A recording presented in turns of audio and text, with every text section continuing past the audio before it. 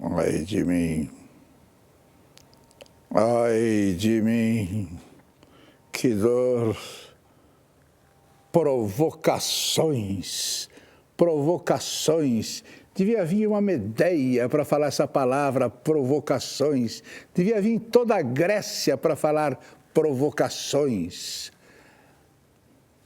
Provocações.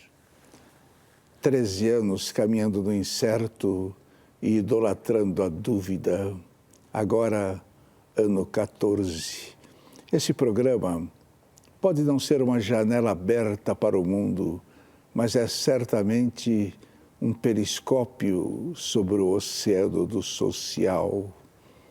Provocações. Bem, aqui hoje um historiador, grande conhecedor da arte de falar em público, é o que nos avisam.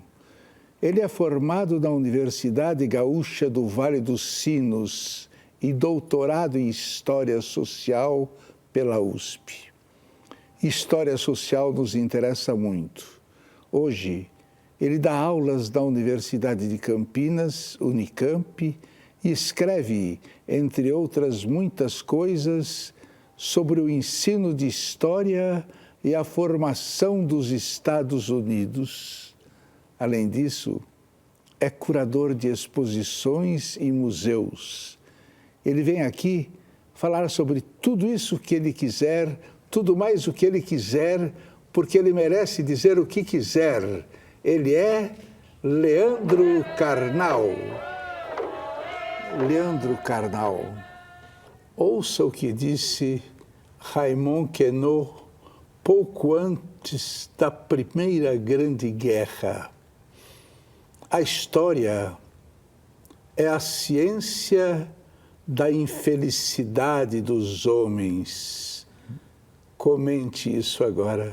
Bom, nós temos livros de história sobre felicidade, nós temos livros sobre períodos felizes, mas tomando um pouco o eixo freudiano, sem a infelicidade, a frustração e o trauma, provavelmente não haveria cultura. Nós temos fascinação, inclusive, pelos períodos difíceis. Veja um caso que certamente você conhece bem. Quando eu dou aula sobre Hitler, a atenção dos alunos é enorme.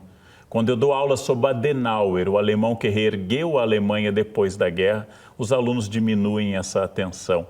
Quando eu dou aula sobre Churchill, o homem da guerra, os alunos se interessam. Quando eu dou aula sobre seu sucessor, Attlee, trabalhista, o interesse dos alunos decai. Aparentemente, nosso interesse é pela felicidade no passado, mas há uma sedução enorme pela tirania, pelo terror, pela morte e pela infelicidade. Citando João Cabral de Melo Neto,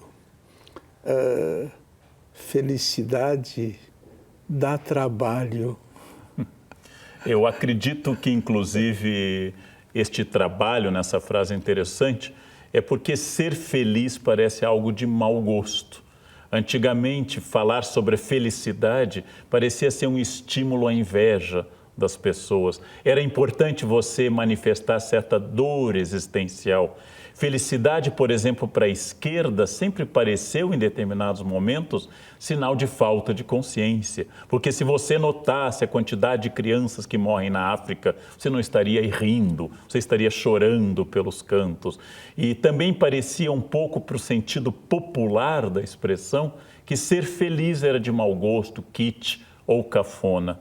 Na verdade, a história trabalha também com essa apreciação sobre a felicidade. Por exemplo, por que há períodos em que a grande felicidade política, como na Grécia clássica, era muito importante, e há períodos como o nosso, em que a felicidade individual é gerida pela autoajuda, já que hoje o indivíduo é mais importante do que o coletivo. Quem é hoje o grande historiador que você recomenda para ler? Eu fui formado muito pelas ideias do Sérgio Buarque. Gostava muito de ler Marc Bloch, o historiador francês assassinado na Segunda Guerra Mundial. E sou muito influenciado por um autor complexo, um jesuíta que foi filósofo e psicanalista chamado Michel de Certeau.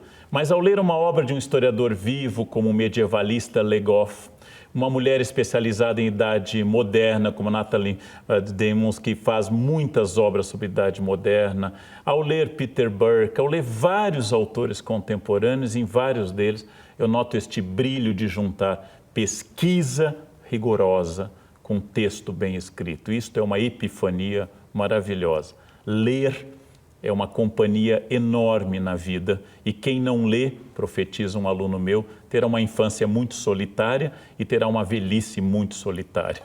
Por que você especializou-se em Estados Unidos? Eu tenho um profundo interesse na sociedade norte-americana, nas suas contradições, na sua cultura, que produziu uma cultura mundial para o bem e para o mal, que produziu problemas e soluções absolutamente interessantes. Conheço a sociedade americana relativamente bem, conheço a história americana relativamente bem e tenho uma fascinação por essas ideias como o cinema, como o rock, como a ideia de fronteira, como o imperialismo, como toda essa produção americana que nos influencia tanto. Os americanos causam paixões, às vezes porque a crítica é justa diante de ações execráveis do imperialismo americano e às vezes porque há muito ressentimento e inveja do sucesso norte-americano também. Olha, eu acho que os Estados Unidos é uma potência falsa.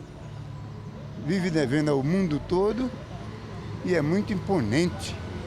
Drones são artifícios morais? Os imperialistas na história, romanos, assírios, Carlos Magno, ou então os norte-americanos, que o conceito seja muito diferente em cada época, nunca foram suaves. Os impérios são violentos. Os horrores do rei Leopoldo na Bélgica, as ações genocidas exercidas pela Inglaterra no Afeganistão, a barbárie dos Estados Unidos no Vietnã, todos os imperialismos são absurdamente violentos. O que ocorre nos últimos anos é que o imperialismo, além de violento, está ficando também um pouco hipócrita, porque ele não quer mais matar os seus cidadãos, mas só os outros. O drone é uma capacidade absolutamente Pôncio Pilatos de lavar as mãos completamente e matar pessoas sem o peso da morte dos agentes dessa questão.